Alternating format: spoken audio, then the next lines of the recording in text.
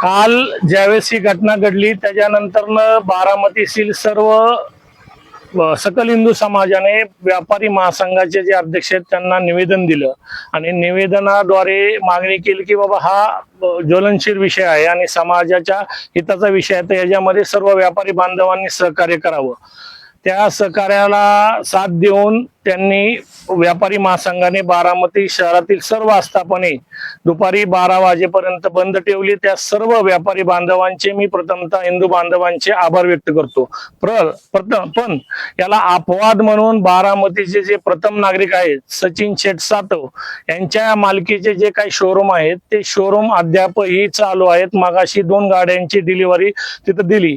आम्ही हिंदू म्हणून त्यांना या ठिकाणी मतदान केलं आणि आम्ही ह्याच्यातनं असं समजायचं का की त्यांचं ह्या हिंदू बांधवांना किंवा हिंदू एकजुटीच्या समितीला समर्थन नाही, त्यांचं वेगळ्या संघटनेला समर्थन आहे असा बोध याच्यातनं आम्ही घ्यावा का हे त्यांनीच ठरवावं।